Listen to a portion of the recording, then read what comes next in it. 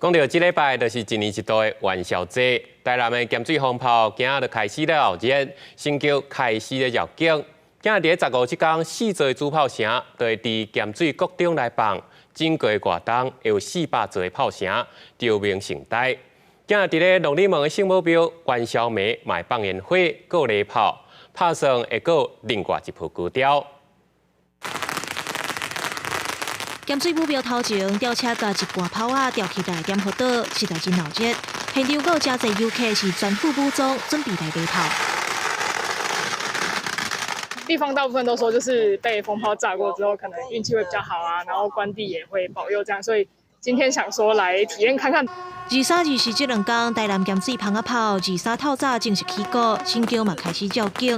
代表国际出名的民俗活动，台南咸水蜂仔炮正式起鼓。今年的炮城有400座，代表台南400年意思。上大的重点是20元宵暝，4座炮城会伫咸水国中的运动场放蜂仔炮，一个会放200万支，要让民众体验刺激的蜂仔炮。不过嘛，要提起乡亲，就爱做好防护。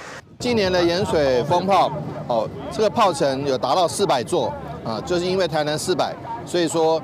每一座炮城都经过严格的安全检查啊，经过这个认证之后才能够释放。每年第一个我们首重安全，呼吁大家做好本身的防护，那能够做好自己的照顾。然后呢这个热闹有余，安全也要顾到。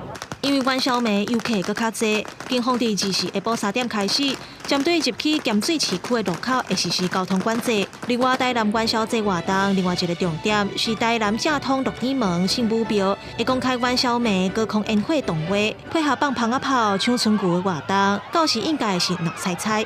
记者文正雄台南报道。